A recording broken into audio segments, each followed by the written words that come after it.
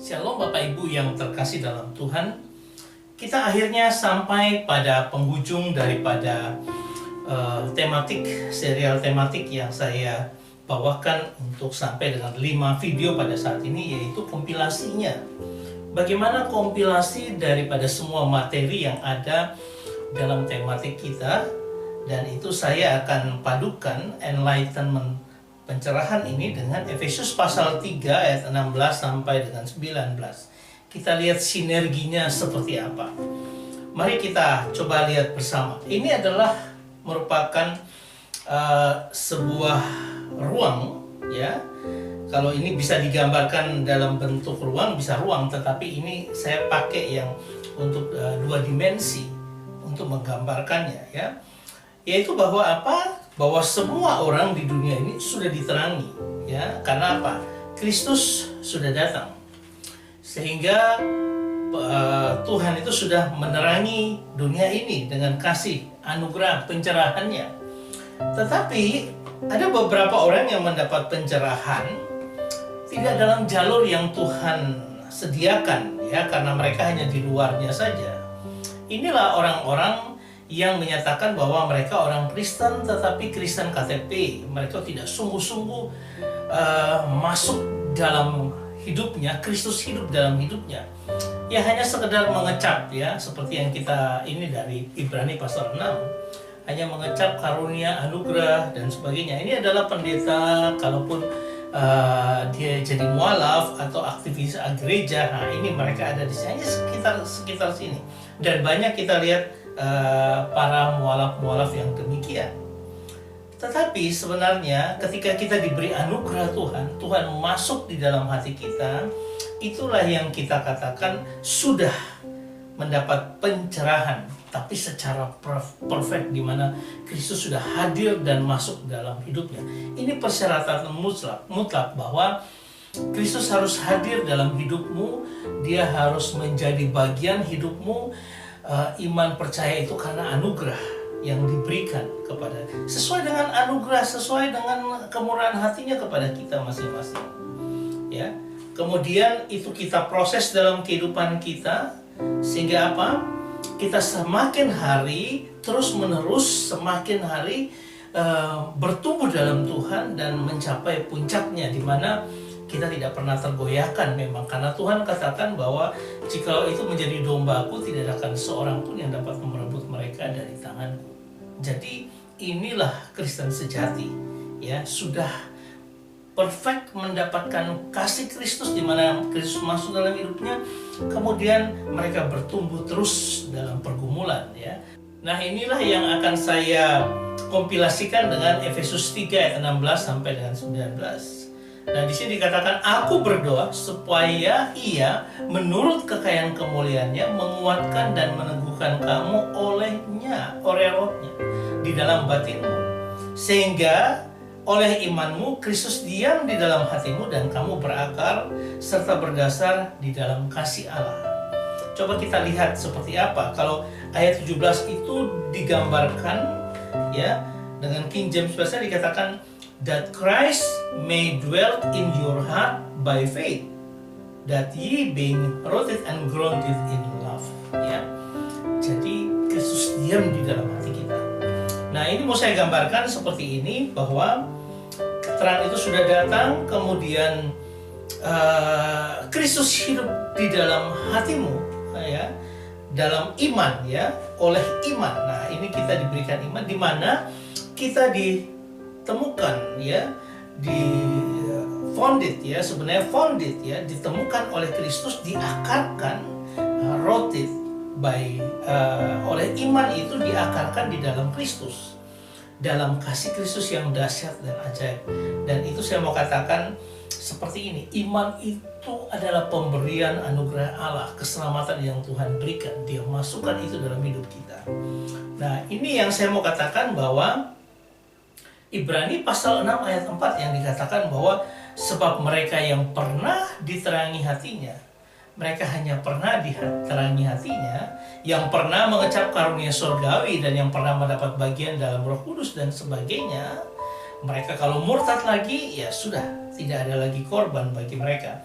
Nah, ini yang saya gambarkan dengan titik-titik yang kuning halus ini, ya, dimana itulah orang-orang yang pernah diterangi hatinya di sekitar kekristenan, pernah menjadi aktivis gereja dan sebagainya, tapi dia mualaf lagi, dia murtad lagi. Ini orang-orang seperti ini, mereka tidak diakarkan, tidak ditemukan dalam Kristus, ya. Nah, dan kalau kita lihat dalam Efesus pasal 1 ayat 18, dan supaya ia menjadikan mata hatimu terang, agar kamu mengerti pengharapan apa yang terkandung dalam panggilannya, betapa kaya kemuliaan bagian yang ditentukan bagi orang kudus. Nah, ini kan dikatakan sebagai pepotis menous, ya, dari kata primitive rootnya, akar kata potiso. Nah, kata potiso ini bentuknya yang ada sekarang adalah perfect participle middle atau pasif. Dan ini sudah perfect, artinya apa? Sudah sempurna.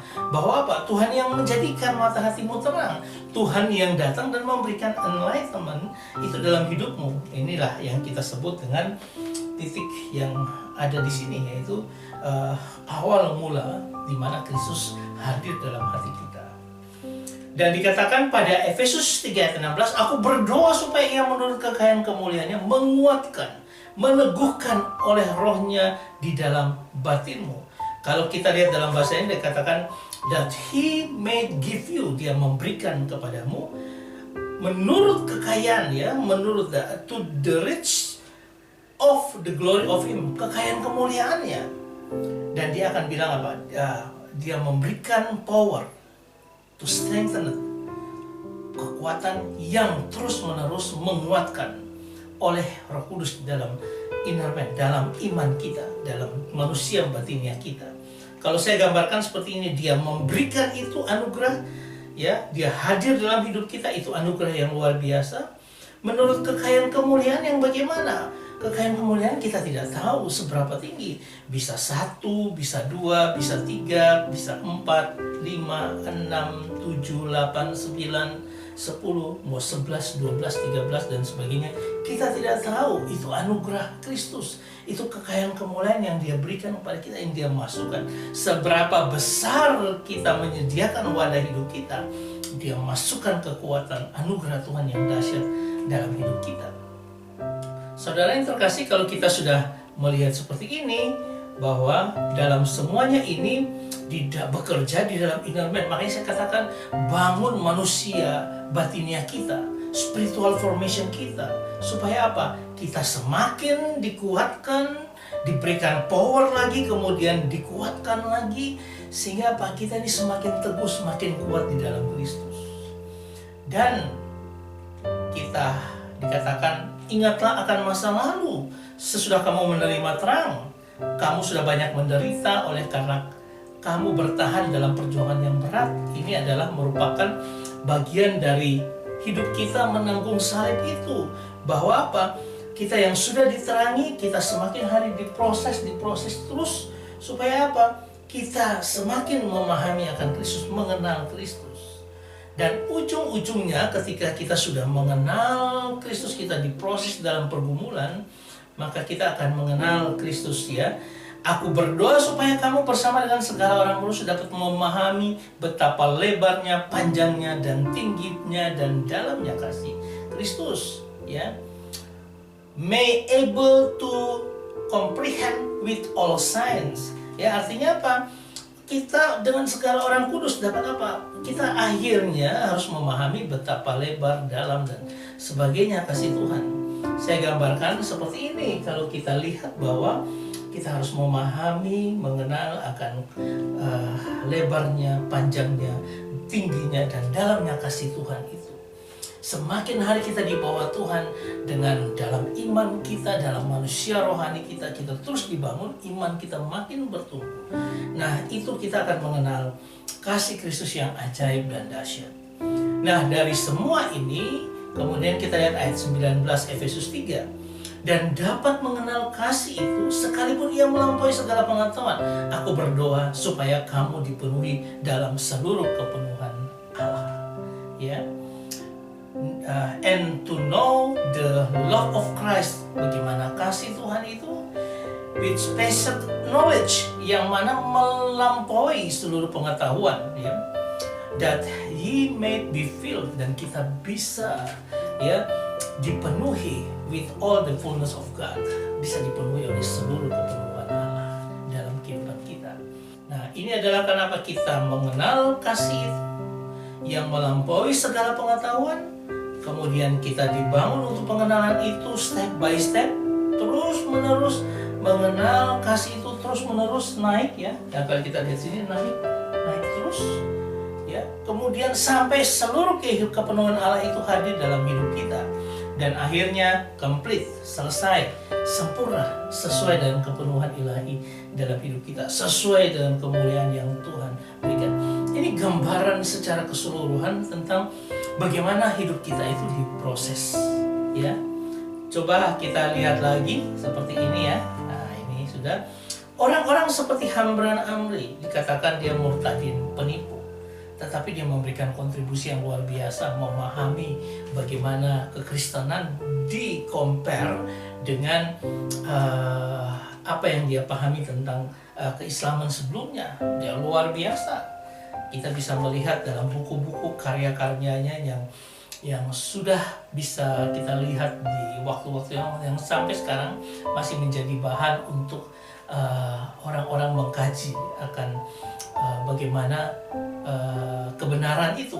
Hamran Amri, ya. Kemudian ada Pendeta Yusuf Roni, bagaimana ketika dia masuk pertama kali cintanya kepada Tuhan, dia berkobar-kobar menyaksikan cinta itu, dia masuk Kristen, langsung masuk penjara. Karena apa? Dia sedang diproses Tuhan untuk terus-menerus menjadi sempurna di dalam Tuhan. Atau kita lihat Lukman Sardi, ketika dia selesai umrah, dia langsung masuk Kristen. Saya tidak tahu apa yang menjadi penyebabnya, dan paling tidak Tuhan sudah menangkap hatinya. Kemudian dia diproses dalam pergumulan, dia di tengah kondisinya yang ada, dia terus bergumul untuk apa? Bisa menyaksikan Kristus dalam kehidupannya. Dan banyak orang-orang seperti ini yang ada di kehidupan kita. Dan itu mencerminkan bagaimana Kristus yang hidup, bukan hanya sekedar orang-orang yang mengenal luarnya saja. Nah, ini bukan sekedar seperti kata-kata orang bahwa Yesus juga berpuasa, Yesus juga dikafani, Yesus juga kalau berdoa bersujud, atau dia tidak makan babi. Bukan hal-hal lahiriah. Apakah kita mengenal Kristus yang disalib menggantikan dosa kita? Itu ajaran-ajaran yang pokok dalam kekristenan. Apakah kita sudah mengerti bahwa kita harus ditebus? Bukan hal remeh-temeh yang lain, tetapi pokok iman Kristen. Apakah kita sudah melihat kebangkitannya yang luar biasa, yang menjadi jaminan hidupnya? Apakah kita sudah menjiwai bagaimana dia katakan, akulah jalan, satu-satunya jalan, akulah satu-satunya kebenaran, dan dia buktikan akulah hidup karena dia bangkit. Nah, itu yang penting, yang harusnya hadir dalam hidup kita, bukan hal-hal lahiriah yang remeh-temeh seperti yang dinyatakan oleh para mualaf yang sekarang bersaksi berkoar-koar seperti itu. Saya berharap ini menjadi bagian dalam hidup kita supaya kita semakin memahami betapa dalamnya kasih Tuhan dalam hidup kita. Ya, dan saya berharap semua yang kita pelajari ini bisa memberikan kita gambaran bagaimana kehidupan Kristen harus dijalani. Dan ini biarlah menjadi berkat bagi kita semua. Tuhan memberkati kita. Amin.